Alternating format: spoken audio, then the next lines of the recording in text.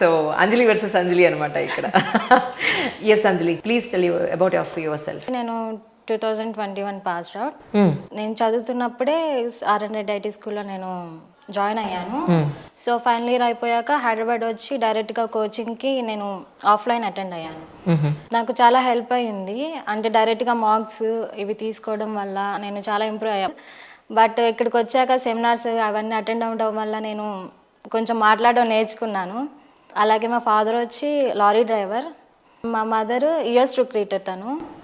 So తన వల్ల కూడా నేను ఎలా తెలిసిందంటే నాకు త్రూ మా మదర్ వాళ్ళ ఫ్రెండ్ వాళ్ళ పిల్లలు ఇక్కడ చదువుకున్నారు, సో అది హెల్ప్ అవుతుంది మీకు, జాయిన్ అవ్వండి ఒకసారి చూడండి అని, డెమోస్కి అటెండ్ అవ్వండి అని అంటే నేను ఇంకా అలా అప్రోచ్ అయ్యాను సార్ని.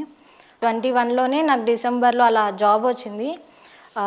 సో అక్కడ నేను కొన్ని రీజన్స్ వల్ల క్విట్ అయ్యి మళ్ళీ సార్ దగ్గరికి వస్తే సార్ మోటివేట్ చేశారు. తర్వాత నాకు 2 months అలా నాకు టైం పట్టింది ఇంటర్వ్యూస్కి అటెండ్ అయ్యి నేను మళ్ళీ రివైజ్ చేసి నేను అటెండ్ అవ్వడానికి.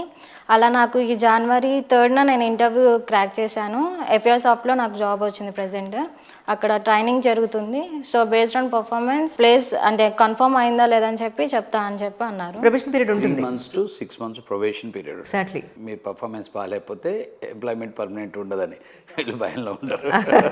భయపెడతానికి ఆ పాయింట్ 99.9% ఒక్కసారి ట్రైనింగ్ అయినాక వెళ్ళిన వాళ్ళకి ప్రొబేషన్ పీరియడ్లో బ్యాక్ వచ్చే వాళ్ళు చాలా తక్కువ.